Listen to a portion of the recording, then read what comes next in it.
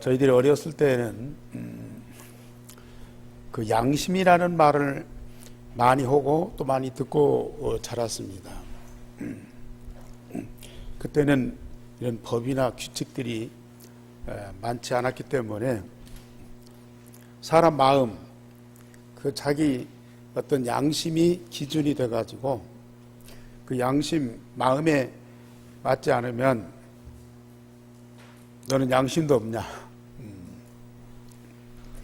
또 거짓말이나 이 안 좋은 말을 하면은 양심 어디다 팔아먹었냐 그런 말들을 많이 하고 그러고 또 듣고 자랐습니다. 지금은 그런 말들을 많이 안 쓰는 것 같아요. 왜냐하면 디모데전서 4장 1절 2절에 바울 사도가 이후에 말세에 믿음에서 떠나 미혹해 하는 영과 귀신의 가르침을 좇게 되고 자기 양심이 화인 맞아서 외식함으로 거짓말하는 자들이 많아진다 그랬어요. 사람의 양심이 화인, 불에 도장을 맞아가지고 불타버렸어. 왜냐? 사람들이 사단과 귀신의 가르침을 많이 받아가지고 거짓이 마음을 다 사로잡아 버렸어요. 그래서 지금은 거짓말 하는 것이 그냥 보편화돼 버렸어요. 우리 어렸을 때는 거짓말 한 번 하고도 얼굴이 빨개져 가지고 이 들통이 나잖아요. 양심을 속이면 얼굴이 빨개져 가지고 사람 얼굴을 제대로 못 쳐다봐. 그런데 지금은 그렇게 많은 거짓말을 많이 오고 중상모략을 하면서도 얼굴이 뻔뻔해. 그래서 철면피를 깔았다고 그랬죠. 물론 뭐 성격이 뭐 안 좋아지고 또 성품이 또 이상해지고 그런 것들도 있지만은 사람들 마음속에 그만큼 사단과 악한 영들이 가득 차 있다는 얘기죠. 우리 하나님은 그걸 다 내다보고 계십니다. 사단은 항상 거짓을 가지고 사람을 속이고요. 또 이런 거짓을 가지고 그리스도인들을 핍박하고 고발하고 이런 일들을 능사로 하고 있습니다. 그러나 우리 그리스도인들은 하나님과 사람 앞에 항상 양심의 거리낌이 없이 진리, 복음을 고백하고 진리, 이 복음을 증거를 해야 돼요. 그래야만 우리는 사단도 이기고 사람과 세상도 살리게 되어 있습니다. 그래서 오늘 이 바울 사도가 벨릭스 총독 앞에서 재판을 받으면서 고백한 말씀입니다. 이것이 우리의 실제적인 신앙의 고백이 꼭 되셔야 됩니다. 우리 다 같이 제목 보십시다. 나도 하나님과 사람 앞에 항상 양심의 거리낌이 없기를 힘쓰노라. 완전할 수는 없어요. 그런데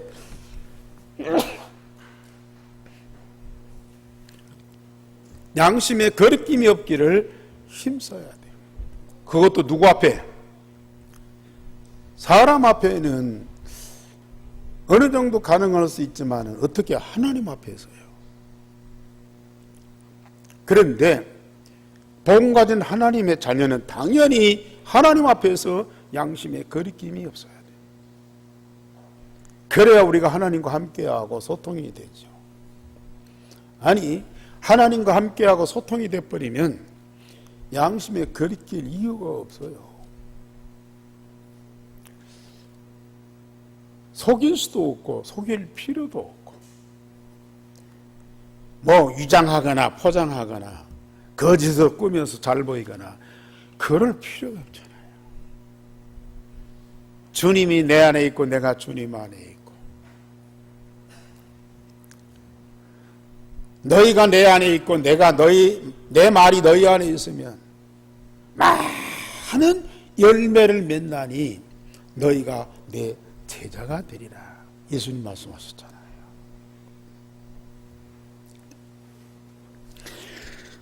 우리가 진리, 복음이 우리 마음에 딱 각인되면 우리 속에 있는 사단과 거짓된 영들이 떠나갈 수밖에 없어요.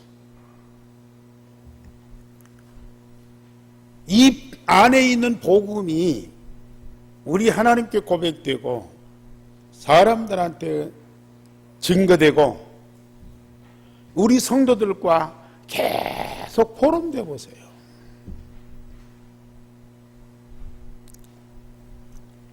우리의 생각과 성품과 삶이 그 복음에 의해서 날마다 새롭게 재창조되는 거예요. 오늘 이 자리에 말씀 듣고 그렇구나, 맞구나, 나도 그렇게 해야 되지, 그렇게 마음의 생각만 해도 참 복된 일이죠. 그런데 내 마음에는 복음도 있고 내 생각에는 이 복음을 말하고 싶어요. 그런데 막상 사람을 만나게 되면 이게 잘 안 나가요. 또 나는 복음을 말해야 되겠다고 했는데 그 상황 따라서 그 상황이 어떠냐에 따라서 내 입에서는 거짓말이 나가요. 왜 그런지 아세요? 내 마음속에 있는 그 복음이 내 입을 통해서 계속 뭔가 증거되고 하나님 앞에 고백되고 꼭 기도를 통해서 고백되고 내 안에 있는 복음이 우리 성도들과 더불어서 계속 포럼이 돼야 되는데 그게 습관과 체질이 되면은 사람 만나든지 아니면 위기 상황, 오늘 바울처럼 재판정에 있어도요 당당하게 우리 안에 있는 복음이 그대로 증거되는데요, 이게 입으로 말하고 증거되고 사람들한테 간증되는 이게요 습관이 안 돼 있어요. 나 혼자만 은혜 받고 내 생각 속에만 있고 입으로는 절대 이 얘기를 안 해. 하나님 앞에 기도하는 시간도 없다니까요. 솔직히 생각해 보세요, 여러분들.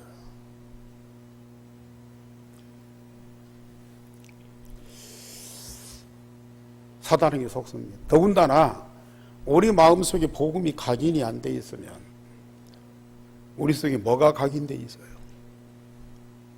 창세기 3장, 6장, 11장이 각인돼 있는 거예요. 복음은 들어서 머리로는 알고 있어요. 때로는 입으로 얘기할 수 있어요. 근데 이 속에는 다른 것이 들어가 있어요. 나는 복음 알고 지금까지 훈련받고 지금까지 신앙생활 잘했는데요. 아니요. 일생의 복음이 우리 마음속에 각인되어서 완전히 하나가 되지 않으면 간교한 사단의 영, 이것은 안 빠져나가요. 나갔다가도 들어왔다 왔다 갔다 하거든요. 그래서 자꾸 사람들이 복음 가진 우리 성도들이 혼란에 빠진다니까요. 그래서 갈등하게 돼요. 그래서 범민하게 돼요. 저도 과거에 그리스도 복음이 각인되기 전에는 얼마나 갈등했는지 몰라요. 왜 내가 복음이 있는데, 내가 목사인데, 내가 전도자인데 왜 이러나? 다른 사람을 두고가 아니라 나 자신을 두고 갈등이 많았다니까요. 내 입에서 그리스도가 나왔다가 내 것이 나왔다가, 내 입에서 복음의 말씀이 나왔다가 사단의 것들이 내 입에서 나온다니까요. 이 안에 있으니까요. 그런데 유일성의 복음이 각인 뿌리 체질돼 보세요. 당연히 우리 안에 있는 복음이 나를 마음과 생각과 영혼과 삶을 말씀을 통해서 치유하신다니까요. 결국은 하나님과 모든 것을 함께하고 소통할 수밖에 없는 서밋이 되게 하십니다.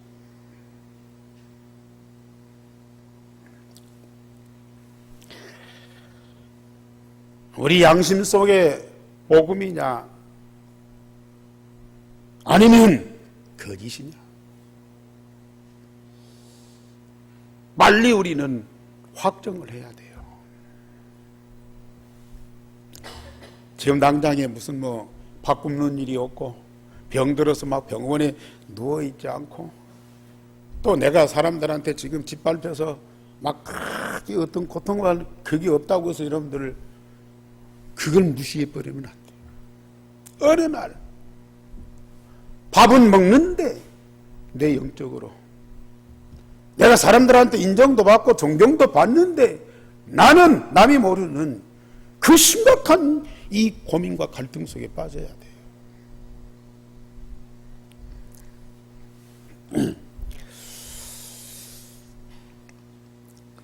이 바울이 지금 벨릭스 총독 앞에서 재판받고 있잖아요.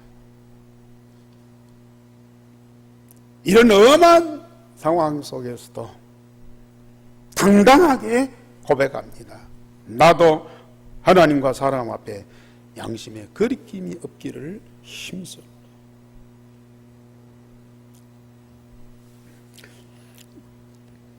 첫째로 대제사장 아나니아가 거짓된 것으로 벨릭스 총독 앞에 바울을 고발을 했어요. 대제사장은 유대 종교의 대표자입니다. 유대인들의 지도자입니다. 복음이 없으면 거짓된 것으로 사람을 죽이는 일에 총책임자가 될 수밖에 없어요.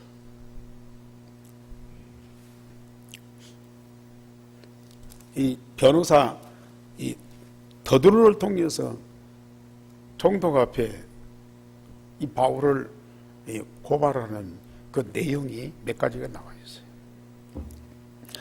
우리 5절 말씀 다 같이 보십시다. 5절 말씀. 우리가 보니 이 사람은 전염병 같은 자라 천하에 흩어진 유대인을 다 소유하게 하는 자요 나사렛 이단의 우두머리라 그랬어요. 전도자 바울을 고발하는 내용이 바로 이 말씀이에요. 이 사람은 전염병 같은 자로 천하에 흩어진 유대인을 다 소유케 하는 자다 그랬어요. 지금까지 바울은 유대인을 거짓으로 속인 적이 없거든요. 그들을 혼란케 하고 그들을 어렵게 만든 적이 없거든요. 그런데 이 대제사장은 자기 민족 유대인을 이 바울이 다니면서 전부 다 병들어 죽게 하고 있다고 생각했어요. 전염병을 퍼뜨리는 자다 그랬어요. 아니 전염병이다 그랬어요. 이 사람은 전염병 같다. 이제 코로나19로 인해서 전염병이 얼마나 무서운 이 팬데믹 재앙인지를 알게 되었습니다. 지금 1월달부터 7월달까지 7개월 동안 이 코로나가 얼마만큼 무섭게 확산됐냐. 전 세계로 1700만 명이 확진되어 버렸어요. 사망자가 70만 명이 넘어섰어요. 다행히 우리나라는 이 수칙을 방역 대책을 잘 세우고 수칙을 잘 지켜서 우리 국민들이 조심을 해서 참 세계에서도 이 전염병에 대해서 모범국가가 됐지만은 지금 미국 같은 유럽 같은 선진 국가들이 얼마나 지금 대책 없이 그냥 방치된 상태예요. 하루에 7만 명씩 8만 명씩 이런 대책을 세우거나 그걸 이 수습할 힘이 없다. 그런 정도가 돼버렸어요. 그런데 이 대제사장 아나니아는 바울 보고 그렇게 전염병을 퍼뜨리는 자다 그랬어요. 그렇게 무서운 이 악을 행하는 자다. 그러면서 나사렛 이단의 우두머리로 성전을 더럽히는 자다 그랬어요. 바울이 이단입니까? 구약에 하나님이 약속하신 메시아를 그대로 믿고 그대로 구원받고 그대로 누리면서 그대로 증거하는 전도자 아닙니까? 그런데 이단의 우두머리다. 그가 성전에 들어와서 거룩한 성전을 더럽힌다. 이단이 아닌데 이단의 누명을 쓴 전도자가 바로 바울입니다. 저와 여러분들도 이단의 누명을 쓰고 뭐 고생한 건 없지만은 많은 어려움을 겪은 적이 많이 있었습니다. 그런데 이 사단은요, 거짓된 것을 복음처럼, 참된 복음을 거짓된 것처럼 바꿔가지고요, 그래가지고 사람들을 미혹한다니까요. 이 참 복음, 이 참 진리를 거짓된 이단으로 누명을 씌워가지고 이 복음을 증거할 수 없는 그런 분위기, 그런 상황으로 만들어가요. 가장 악랄한 사단의 전략이죠. 그런데 여기 넘어간다니까요. 이 거짓된 고발에 유대인들이 참가해서 이 말이 옳다고 주장했다. 구절이 말씀드렸어요. 진리에 함께하는 자들은 극소수이지만은 거짓에 참가한 자들은 대다수요, 여론을 형성한다니까요. 참된 복음이 각인되고 하나님의 생명을 가진 하나님 자녀가 아니면 이런 거짓된 영에 미혹돼 가지고 이런 거짓된 것들이 진실하게 진리로 받아들이면서요, 거기에 빠져들 수밖에 없다니까요. 예수님 그런 말씀, 마지막 때에는 이 세상의 아들들이 하나님의 아들들보다 지혜롭다고 그랬어요. 세상의 아들들이 하나님의 아들들보다도 지혜롭다. 이 거짓된 것을 가지고 사람들을 미혹해서 저주와 멸망으로 끌고 가는데 얼마만큼 똑똑하고 훌륭한지 안 넘어간 사람이에요. 이 복음 전하면 이것저것 따지면서 맞네 틀리네 해요. 그러나 거짓을 증가하면요, 따질 것도 없어요. 금방 감동을 받았다. 사기꾼들 말에 넘어가는 사람들 보세요. 저도 사기꾼에게 넘어간 적이 있거든요. 아무리 가깝고 믿음직스러운 사람 얘기해도 그래? 그럴 수 있어? 그거 이해가 안 되는데. 여러 번 생각하고 따지고 분석해요. 그런데요, 사기꾼이 와서 딱 나를 속이는데요, 금방 넘어가 버려요. 몇 마디, 그래요? 해야죠. 야, 저도요, 그렇게 쉽게 안 움직이는 사람이에요. 근데 속으려니까 몇 마디에 그냥 넘어가 버려요. 전혀 이치 안 맞는데 어떻게 그런 말을 내가 믿었는지 나도 모르는 거예요. 이게 사단의 영이죠. 우리 성도님들, 왜 율성의 복음을 각인 뿔이 체질되어서 24시 누리면서 영적 서밋이 돼야 되느냐? 물론 우리는 복음 운동도 하고 생명도 달리고 시대를 살리지만은요, 사단에게 속지 않아요. 사단에게 속지 않아요. 사단에게 속지만 않고 살아도 진짜 축복된 사람이요. 아니 나는 뭐 그런 절대 안 속아. 천만에 맞아. 지금도 속고 있는데요. 지금도 속고 있는데 그 속고 있는 자신을 모른다니까요. 참 안타까운 거예요.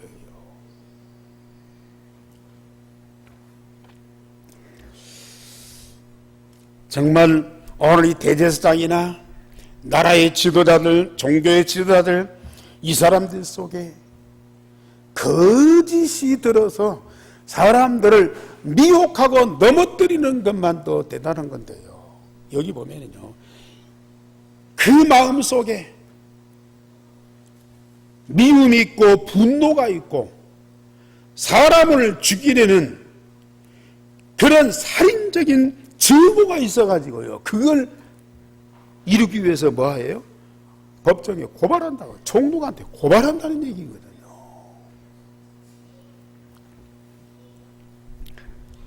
정말 인간들 마음속에 남들이 볼 수 없고 자신도 모르는 그런 악한 사단의 이 영광, 그 거짓된 것들이 우리 안에 가득 차 있었습니다. 저도요, 이 속을 뿐만 아니라 속이기도 했다니까요. 속이기도 했어요.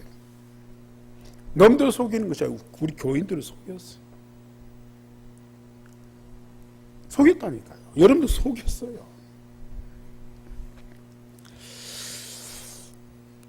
가족을 속였다니까요.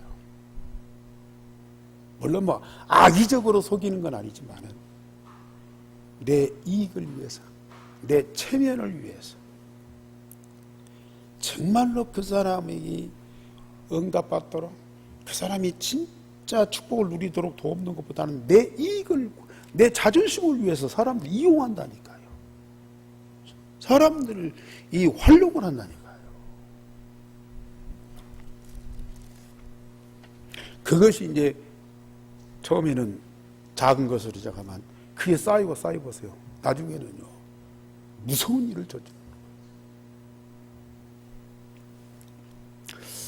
두 번째로 바울이요,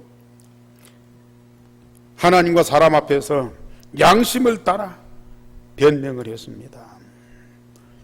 벨릭스 총독 앞에서 변명을 합니다. 내가 예루살렘에 예배하러 간 지 10여일이 지났는데 내가 성전에 있는 동안 누구와 변론한 적도 없고 회당과 시중에서 사람들을 소동한 적도 없고 나는 절대 그런 일이 없었다. 바울이 예루살렘에 나타났다는 것만으로도 예루살렘이 소동되는 것으로 그렇게 착각을 한 거예요. 내가 사람들을 변론시켜서 미혹하거나 소동케 하는 일을 본 사람도 없고 이 일의 증인도 없지 않느냐. 대제사장이 변호사를 통해서 지금 나를 이 법정에 고발했는데 증인한 사람도 없지 않느냐.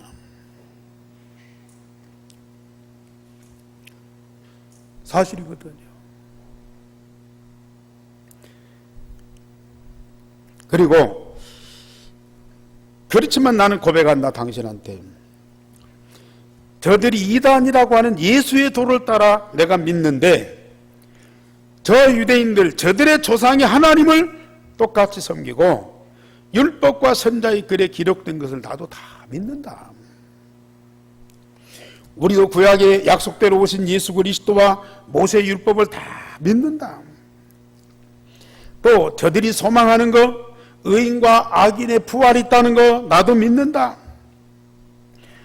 이것으로 말미암아서 나도 하나님과 사람에 대해서 항상 양심의 거리낌이 없기를 힘쓰고 있다.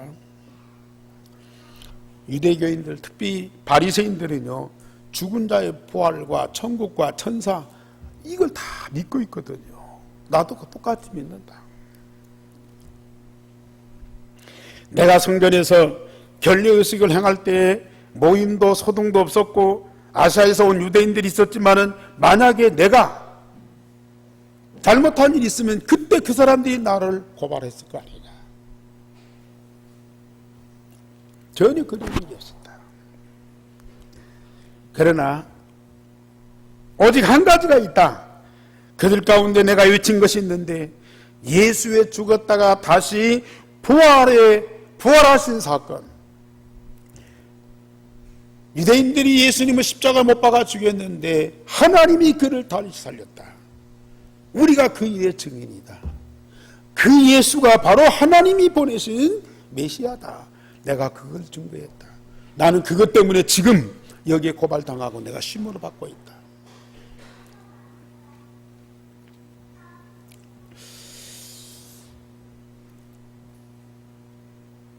유대인들이 십자가에 죽인 예수를 하나님이 다시 살리심으로 우리와 만민의 그리스도가 되었다고 나는 증거하기 때문에 내가 지금 이 재판을 받고 있다. 유대인들이 가장 싫어하는 예수를 그리스도라고 증거하기 때문에 바울이 미움을 받고 재판을 받고 지금 나를 죽이려고 하는 것이다. 거짓으로라도 사람을 죽여야 하는 그 유대인들, 죽으면서도 진리의 복음을 증거하는 바울, 우리는 어떤 입장입니까?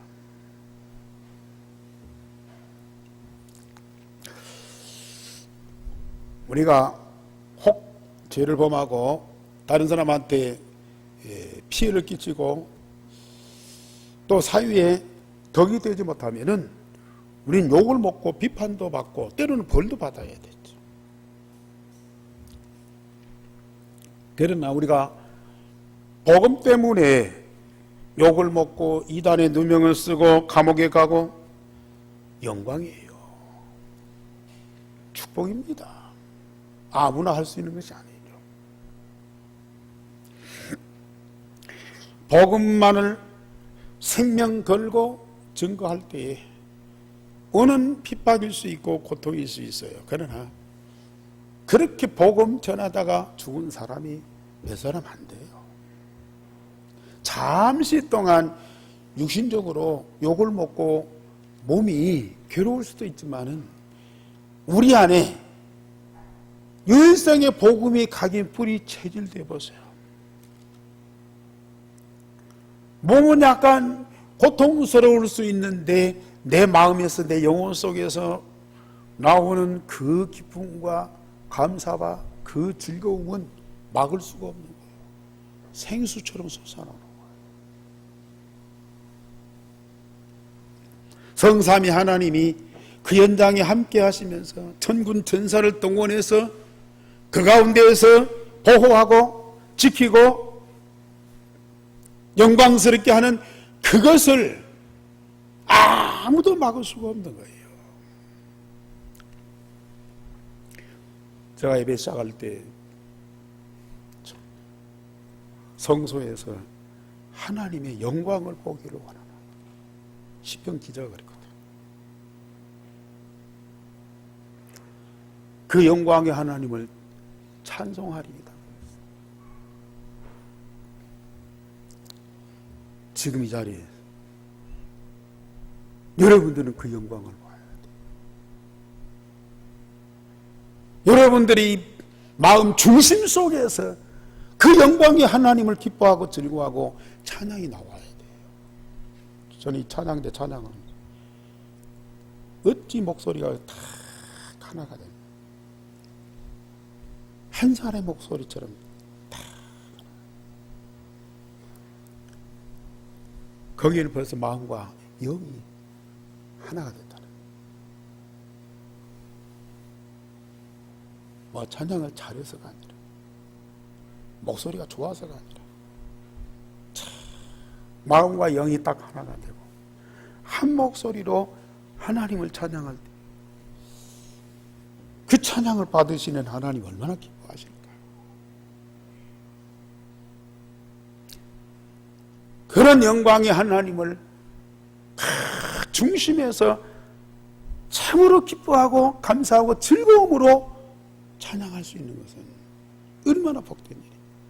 이것이 예배 때문 아닙니까? 바울은 빌립보 감옥에서 그 찬양을 했어요.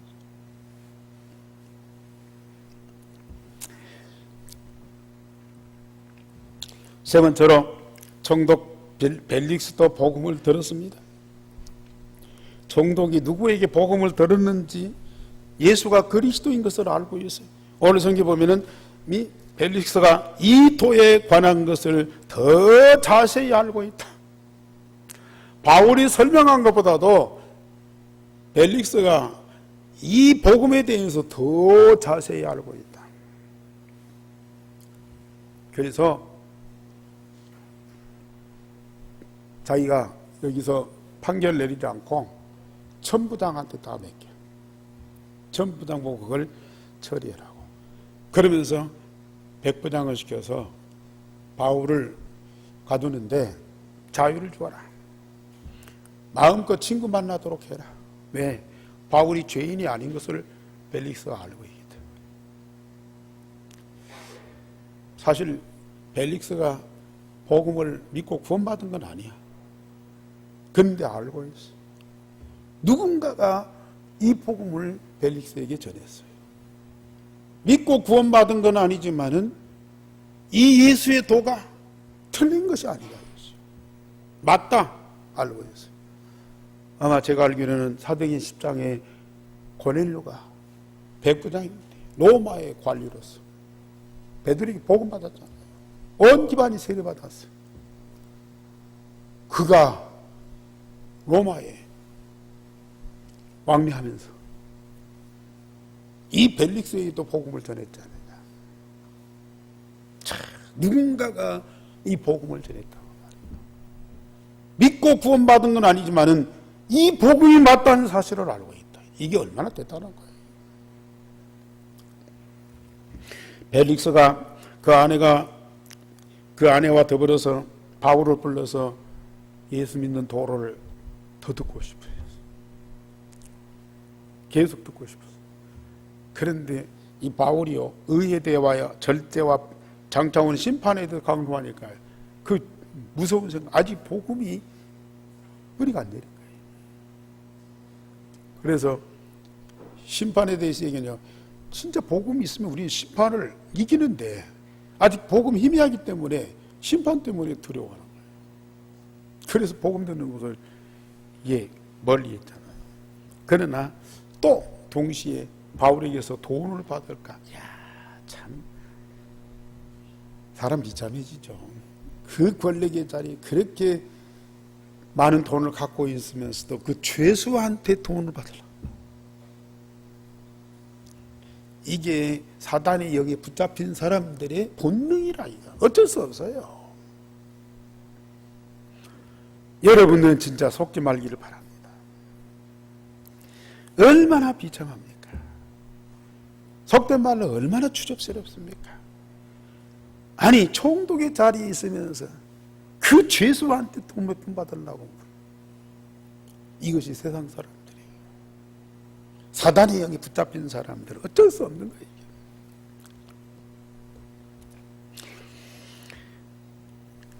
결론적으로 말씀드립니다. 우리 그리스도의 마음에 유일성의 복음이 각인 뿌리 체질되어야 됩니다. 양심의 복음이 각인이 안 되면 거짓의 압이 사단이 자리 잡고 있어요. 복음이 각인되면 오직 유일성 재창조의 축복을 누리면서 복음을 말하고 싶어서 거짓말은 상상도 못하는 거예요. 내 안에 복음 대신 이 그리스도가 각인되고 충만하니까요. 그 그리스도 말하고 싶어서요. 그 그리스도 증거하고 싶어서요. 어찌 거짓말을 마음에 담고 상상이나 하겠습니까?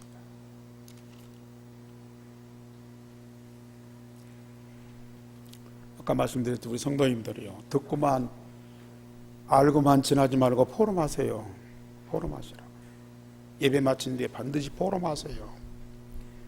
우리가 받은 은혜와 받은 말씀을 자꾸 입으로 고백하고 하나님 앞에 고백하면서 기도하고 우리 성도들과 서로 대화하면서 그걸 나누어야 이게 내 체질이 되는 거예요. 그걸 몰라 지금. 그렇게 포럼하라고 해도 바쁘다 가버려요. 여러분들 10년 20년 다니고 이 자리에 앉아 있어 보세요. 내 것이 거의 안 돼요. 알고는 있어요. 내 것이 안 돼요. 체질이 안 된다니까요. 그런데 한마디라도 듣고 내 마음에 있는 것을 자꾸 이 얘기를 하세요. 이 얘기할 때 각인되는 거예요. 고백할 때 각인되는 거예요. 정말 우리 금요일 날 우리 중자들 포럼 얼마나 진짜 나는 여러분들을 그 자리에 오라고 강요 안 합니다. 여기 올 수 있는 사람들은 하나님이 특별히 부르신 자다. 하나님이 부르시지 않으면 여기 올 수 없고 왔다가도 그냥 가. 여기 온 분들이요. 진짜 말씀 받은 것을 한 주간 동안 이게 기관에서 포럼도 하고 또 하나님 앞에 말씀 듣고 기도도 하고 그 받은 응답을 우리 전달끼리 모여서 또 포럼한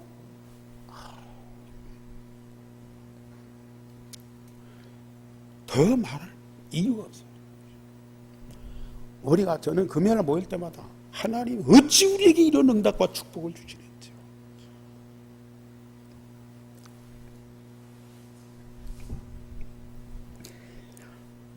우리는 핍박과 죽음 앞에서도 복음이 증거해야 되고요. 총독에게도 증거되어야 된다. 복음이 있으면 세상에 두려움이 없어요. 복음 없으니까 세상에 지극히 작은 것 갖고도 우리는 불안하고 걱정하고 두려워해야 돼요. 정말 우리 안에 복음이 다 있다. 뭐가 두려워요? 뭐가 걱정이에요? 미래 다 보장되어 있는데요. 이 복음은 전염병처럼 천하에 전염시켜서 다 살려야 돼요. 저는 우리 교회 지금 복음이 뿌리를 깊이 내리고 있어요. 뿌리가 깊이 내린 것만큼 나중에 위에 올라오는 가지와 열매는요 엄청난 거예요. 약간 뿌리 내려가고 깔짝깔짝 하다가요 뭐가 꽃이 피고 잎이 열매 얼마 안 가서 사라져 버려요. 깊이 고난도 당하고 어려움도 당하고 핍박도 당하고 이 많은 고통도 겪으면서 흔들리지 않고 뿌리를 깊이 내려보세요. 오늘 우리 교회가 지금 그런 응답받고 있어요. 얼마 안 가면 이 전주 땅에 코로나 이상을 해요. 이 복음이 전염병처럼 확산된다.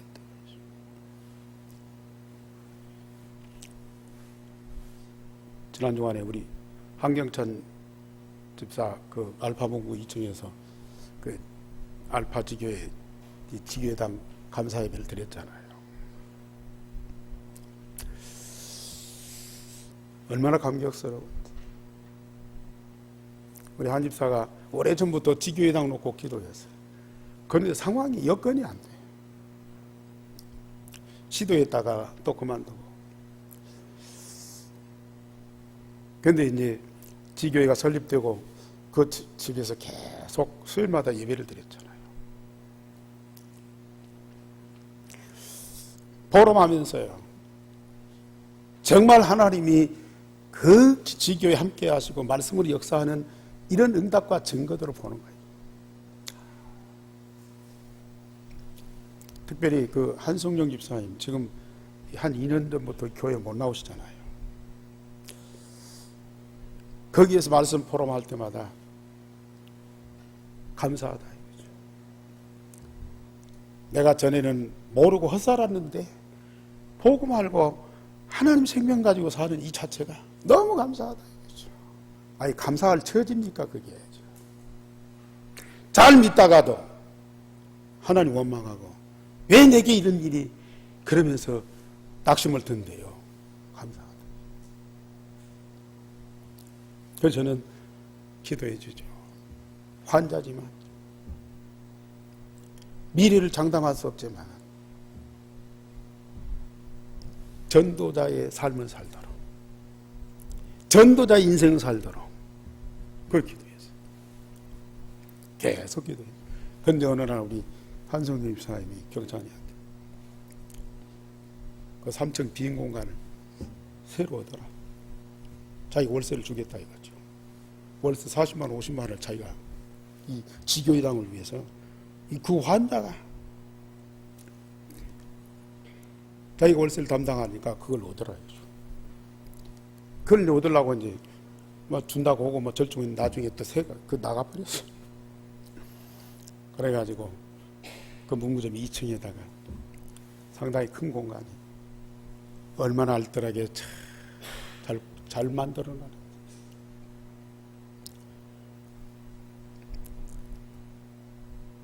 지난 목요일날 이제 캠프로잖아요. 근데 우리 한 집사, 우리 정욱자 집사님 가족 그리고 우리 전도사들과 함께 예배드리면서 또 이 포럼하면서 또 현장 그리고 그 문구점에 애들이 많이 오잖아요. 그 문구점에 오는 아이들 데리고 와서 메시지 주고. 그래서 그 광경을 보면서 사도행전 16장 15절에 누디아가 온 집으로 세례를 받고 나를 주 믿는 자로 알거든 내 집에 들어와 요하라고 바울에게 강권하는, 그래서 온 집안이 함께 진짜 복음운동하고 그 집이 지교회당으로서 세워지는 그 모습이 다 보이더라니까. 앞으로 이런 지교회가 300 지교회가 세워질 겁니다. 전주 땅에 전염병처럼 이 복음이 확산되는 그때가 반드시 올 겁니다. 여러분들이 그 축복의 주역이 되시기를 주님의 이름으로 축원합니다. 우리 하나님 너무 감사를 드립니다. 영광 중에 계셔서 우리 온 성도들과 함께하는 가장 복 있는 시간, 특별히 우리 성도들에게 꼭 응답하실 말씀을 언약으로 주셨고 우리 마음속에 깊이 담게 하시니 너무 감사를 드립니다. 오늘 또 말씀하신 대로 우리에게 반드시 응답 주실 줄을 믿습니다. 성령께서 각 사람 속에 지금 역사하여 주옵소서. 하늘 보좌와 권세와 그 영광으로 가득하게 하여 주옵소서. 그것이 우리 가정에, 우리 직장과 지역에 증거되고 모든 사람들이 그걸 보고 기뻐하고 우리 하나님을 찬양케 하여 주시옵소서. 주 예수 그리스도 이름으로 기도하옵나이다. 아멘.